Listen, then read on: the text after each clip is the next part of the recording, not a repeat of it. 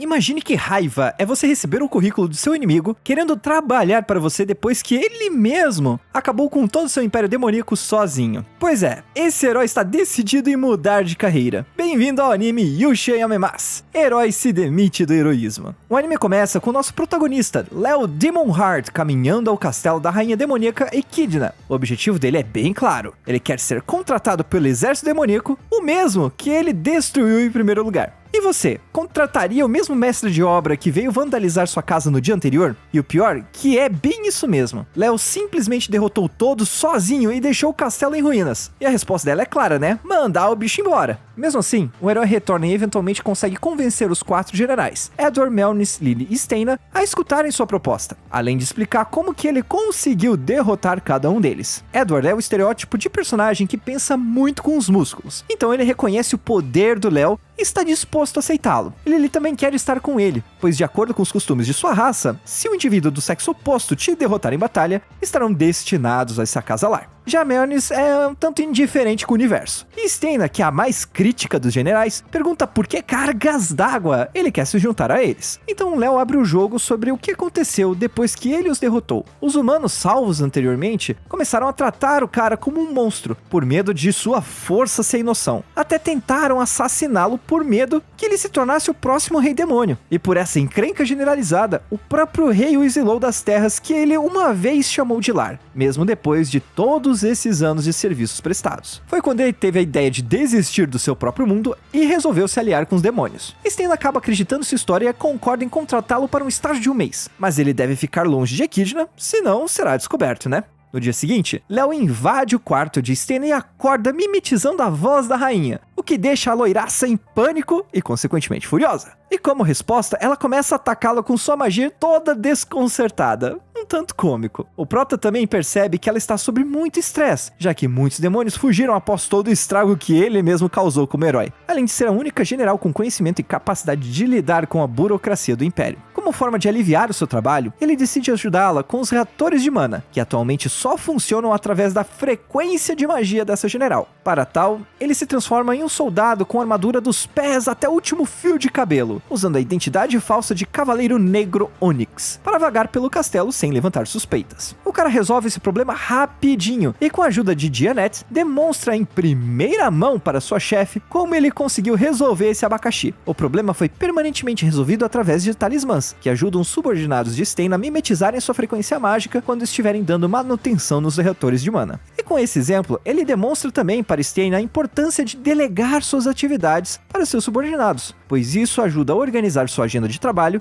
e ter mais tempo para si. Com isso, eles se tornam amigos. E acho que alguém já tem pontos para ser um colaborador efetivo nesse império. O próximo trabalho de Léo é ajudar Lily em sua organização e logística de suprimentos e exploração. E como informação inicial, Steina diz que o povo dragão do Mar de Largo são parceiros de Echidna e estão ajudando no transporte de suprimentos. Mas Lily é uma líder que não leva muitas coisas a sério e só parece que tá brincando. Chegando lá, ele tenta bolar um plano de ação, mas não consegue fazer nada, pois o real problema é a própria líder e seu estilo zoeira de fazer as coisas, o que influencia todos os seus subordinados também. E não vendo outra opção de convencê-la de suas responsabilidades, ele bola um plano B: summonar uma víbora venenosa, ser mordido por ela, fingir que está morrendo por envenenamento para motivar a pirralha a buscar ervas para ele. E aparentemente dá certo. Ela assume a missão e se transforma em uma espécie de lobo branco gigante e parte para sua busca. No processo, ela se depara com vários obstáculos que foram colocados por Léo com o intuito de ensinar a importância do trabalho em equipe. O primeiro era avançar em um túnel bloqueado por um pedregulho, só que em vez de pedir ajuda, ela usa muito de sua força para liberar o caminho. Em seguida, ela precisa saltar por um penhasco, e Léo se disfarça como um homem chamado Godheart para lhe dar alguns conselhos de como prosseguir com a ajuda de outros. Só que não tem tanto efeito quanto ele esperava, ao menos pelos olhos dele, né? No total, foram 6 obstáculos e cada um foi superado sozinho por Lily. Tanto que o herói acredita que ele falhou em seu objetivo. No próximo dia, ele acorda com um remédio entregue e fica sabendo que sua lição sim teve efeito, graças ao seu conselho enquanto fantasiado de Godheart, Lily conseguiu entender que é bom escutar outras pessoas e pedir ajuda para elaborar seus planos. Ela só precisava de uma outra aproximação de ensino para aprender a trabalhar em equipe. Sendo assim, nosso herói volta ao castelo e o prota recebe mais um pedido, e dessa vez irá escutar direto de sua rainha Echidna. Ele vai ao seu encontro como Cavaleiro Onyx, e sua primeira obrigação é um jantar formal com ela. Claro que Echidna exige que ele tire seu capacete, pois é uma questão de educação na mesa, né? Só que aí, ferrou. Só que não. Ele consegue castar um feitiço de disfarce para mascarar seu rosto. Em seguida, usa a estratégia que costuma ser bem efetiva para ofuscar a boa noção de qualquer um: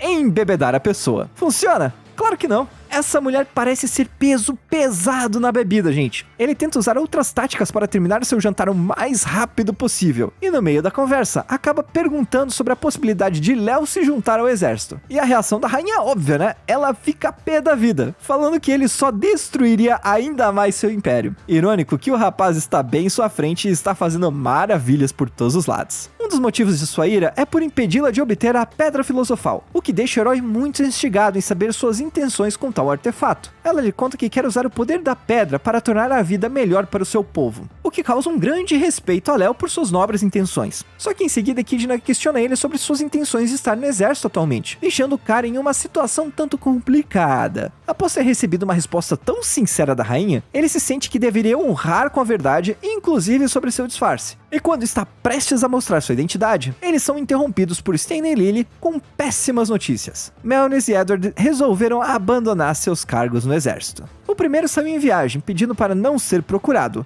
E o outro cara que pensa com os músculos decide que fará um seppuku por ter falhado em treinar adequadamente seus soldados. Por praticidade, eles se separam para procurar os generais e o prota se responsabiliza por Melnis. E ao encontrá-lo, o general revela seu motivo cômico de ter fugido. Ele tem receio de realizar entrevistas com candidatos ao exército, pois ele não tem uma boa habilidade de comunicação. Pois é, o cara é muito tímido mesmo. Como forma de superar esse bloqueio, ele pede a Léo que lhe ensine tal habilidade em apenas 3 dias. Um tanto insano, mas assunto fechado por enquanto, que pelo menos Melnis retornará a seu posto. Sendo assim, Echidna também resume seu encontro com Edward. Ele estava frustrado por seus soldados não serem fortes o suficiente como ele esperava. O cara até tentou se desviver, mas devido ao seu couro de dragão muito forte, as espadas quebravam ao tentar se perfurar. E fechando esse mal entendido, vemos o início do treinamento de comunicação de Melnis. Inclusive, ele ficou maravilhoso com esse lindo vestido de garçonete, gente. Estágio no refeitório vai ser incrível. O foco desse trampo servirá para se soltar no papo com os atendimentos dos clientes. Afinal,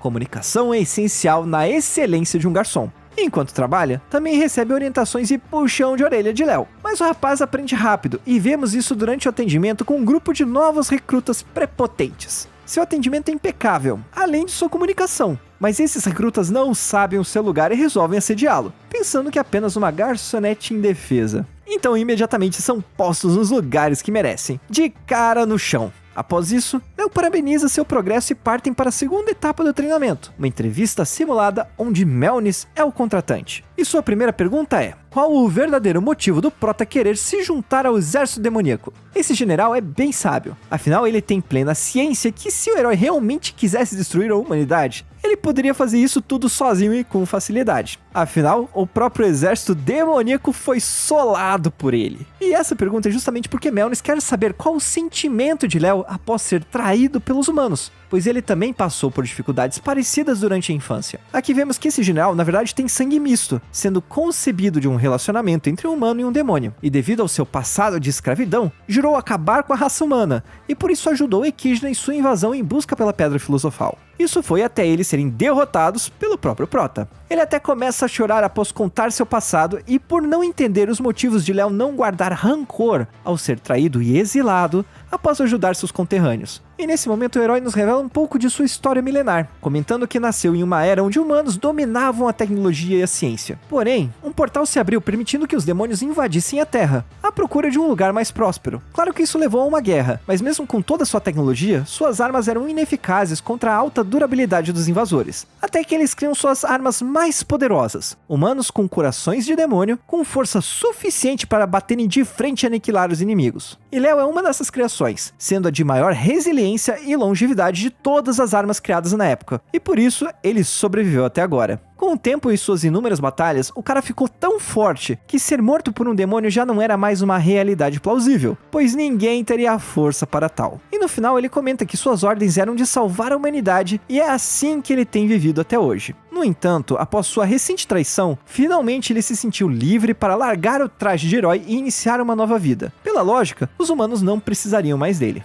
E é interessante que todo esse papo transparente deixa o protagonista bem aliviado. Ele sentiu que realmente precisava contar um pouco da sua história de vida para alguém. Só que esse alguém é um jovem general e fica chocado, pois acaba de saber que Léo tem milhares de anos. Com o fim da simulação de entrevista, nosso herói está satisfeito com o progresso de Melnis e finalmente vão dormir. No dia seguinte, é a vez de sabermos como está Edward. E sua filha Julieta relata que seu pai entrou nesse estado deprê após suas tropas terem sido detonadas por uma quimera. O general é muito cabeça dura e acredita que eles deveriam ser tão fortes e sábios em batalha quanto ele. E é claro que como ser forte como um dragão humanoide fosse plausível para todos, né? Mas beleza. Ele leva Lily e Julieta até um mecha modelo Phantom 9, que foi fabricado na Era das Máquinas, milênios atrás. O herói reativa o robô e ordena atacar as tropas de Edward. Só que essa antiguidade acaba sendo mais poderosa do que se esperava, além da sua eletrônica ter bugado com o tempo, perdendo seus limitadores de dano. E vendo seu poder de fogo, os soldados acabam fugindo por suas vidas, enquanto o general bate de frente com o mecha. Sua estratégia é bem simples, bater de frente com muita força. E diga-se de passagem, não funciona, e ele é quase fatiado ao meio. Então Léo e Julieta aparecem para ajudá-lo a derrotar o inimigo, dando-lhe algumas dicas sobre as fraquezas do robozão. E agora, conhecendo seus pontos fracos, ele consegue finalmente acabar com a máquina em uma estocada em seu peito. Essa luta serviu como uma lição para apontar a falta de conhecimento do general sobre alguns inimigos ainda no mundo, e escutar as opiniões dos seus próprios soldados. Uma lição que Edward havia esquecido. E são nesses momentos de aperto que eles devem trabalhar em conjunto, compartilhando seu conhecimento. O general finalmente compreende seus erros e pede desculpas à sua tropa por seu comportamento, prometendo se tornar um melhor comandante. No próximo dia, Senna comenta a Léo que ele será promovido para um papel de liderança. Ao mesmo tempo, também confessa que Melnis dividiu um pouco da sua história com os demais generais. Os quatro agora sabem que sua real intenção não é acabar com a humanidade, e o Prota confirma que revelará tudo na próxima reunião. Após se despedirem, o herói relembra da época que conheceu um cara chamado Abrad, um demônio sonhador que acabou se tornando uma lenda entre os demônios. Nesse flashback, vemos Abrad tentando não ser morto por Léo. E naquela época, o rei demônio Belial havia aberto um portal para o mundo humano para que os demônios pudessem experimentar uma vida melhor. Só que com o fechamento do portal, Abrad ficou preso longe do seu mundo e acabou sendo encontrado pelo Prota. E nesse momento eles resolvem trocar figurinhas, com Léo também compartilhando suas origens. Os dois acabam criando uma amizade um tanto inusitada, enquanto Abrad tenta convencer o herói a viver uma vida que lhe daria felicidade. Mas essa convivência não dura muito, pois Abrad é preso pelo esquadrão de contenção de danos. E mesmo em suas últimas palavras, ele continua firme de suas convicções de coexistência e comenta para Léo que ele tem a escolha de ser livre da escravidão de lutar pelos humanos. Está aí, foi esse o demônio que plantou a ideia do cara largar de ser herói. Só demorou uns milênios para isso acontecer, né? E de volta ao presente, Léo se encontra com a Echidna ainda disfarçada de Onyx. E sabemos que ela já havia deferido sua promoção, mas antes que pudesse lhe dar a notícia, temos uma pequena emergenciazinha. Todos são informados que o portal que liga o mundo dos demônios com a Terra irá fechar em torno de 7 dias devido à falta de cristais para manter a magia. Com isso, a rainha é pressionada em decidir recuar para sempre ou atacar com tudo para conquistar a Pedra Filosofal. E vendo sua líder dividida em sua escolha, Léo resolve agir revelando sua identidade. E é óbvio que Echidna tenta trucidar o garoto com suas magias de fogo, mas como vimos no início do anime, é como se tentasse queimar um super-homem com fósforo. Após a rainha se acalmar um pouquinho, ela escuta o que Léo tem a dizer. Ele comenta que existe uma segunda pedra filosofal que pode ser encontrada nas montanhas de Seichat. Independentemente do desentendimento dos dois, eles se unem após os 4 generais defenderem a aliança entre Echidna e Léo. E durante a travessia pelas montanhas, o Prota compartilha com a rainha como ela deve usar a Pedra Filosofal. Basicamente, ela precisará de uma cópia do manual do usuário que está nas mãos dos humanos. Ou seja, é obrigatório um processo de pacificação entre humanos e demônios para que eles possam usufruir dessa nova era. A não ser que eles queiram invadir de novo só para roubar o manual dessa vez, né? Só que eles não pensaram nessa possibilidade no anime, mas beleza. Com o tempo de caminhada, Léo compartilha um pouco mais sobre o seu passado de 3.000 anos. Ao mesmo tempo que também revela o seu receio que sua própria existência esteja impedindo a humanidade de evoluir.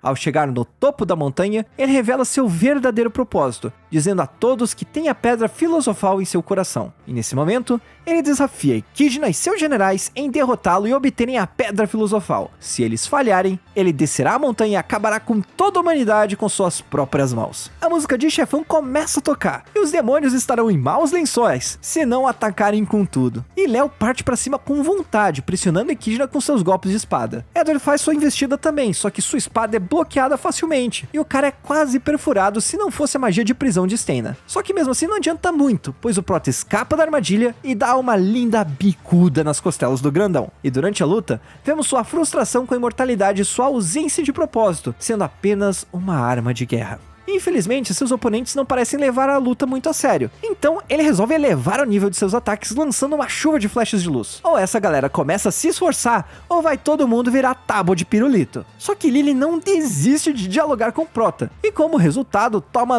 2 flechadas no peito. E vendo a frieza do ex-herói, finalmente o povo aqui acorda para a realidade e partem para cima com seriedade. Mesmo assim, o Prota continua sendo forte demais para ser derrotado, afinal ele tem mais de 3.000 anos de experiência de luta. Mesmo o grandão do Edward em sua forma de dragão é derrubado e suas escamas totalmente destruídas em um instante. E Mjolnir, usando todas as suas habilidades de mestre assassino, no final também é congelado em um contra-ataque bem poderoso. Até Lily se levanta novamente em sua forma de lobo divino, só que é derrotada com um único golpe. E vendo apenas uma opção de ataque, Echidna decide usar um feitiço que foi feito especificamente para selar os superpoderes desse herói. Só que essa magia demora para ser conjurada, então Stena tem a difícil tarefa de manter o Prota bem ocupado. Ela confronta Léo com poucos golpes mágicos, e principalmente com um diálogo de bom senso para ganhar tempo. Essa general sabe que esse herói está mentindo sobre destruir o mundo. A única coisa que ele realmente quer destruir é a si mesmo. E dito isso, Léo dá um socão nela e a garota sai voando. Ao menos isso foi tempo suficiente para que Echidna terminasse de conjurar seu feitiço. E diga-se de passagem, o herói até poderia ter se esquivado da magia, mas não o fez. Apenas agradeceu os esforços de todos. E nesses finais de momentos da magia temos mais um flashback, onde vemos Léo em sua busca constante por oportunidades de salvar o mundo. E nessa lombra de síndrome de herói, ele lentamente começa a ansiar por guerra, para que ele pudesse atender seu propósito de proteger a humanidade. Só que esse pensamento ficou tão deturpado que ele chega até a criar novas armas assim como ele, cuja missão seria causar o caos na Terra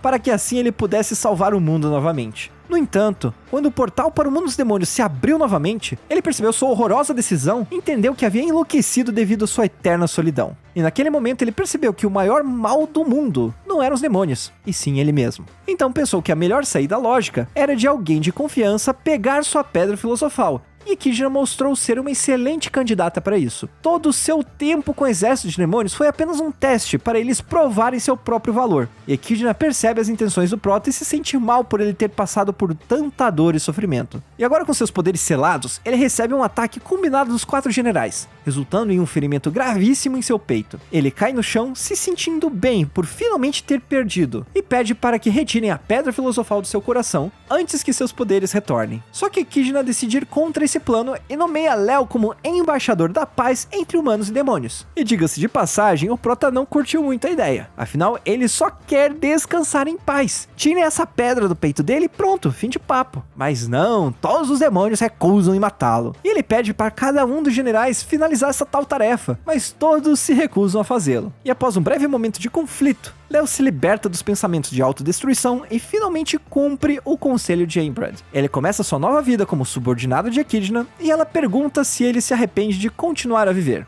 Nosso herói diz que realmente quer ajudá-la a cumprir seu desejo de fazer um mundo melhor para os demônios. Agora todos começam oficialmente sua nova relação de trabalho, dando fim nesse vídeo também. Estamos quase alcançando 50.000 inscritos e isso tudo é graças ao apoio de vocês. Como sempre, se inscrevam no canal se gostaram do nosso trabalho e comentem um anime que vocês querem ver por aqui, beleza? Um abraço a todos!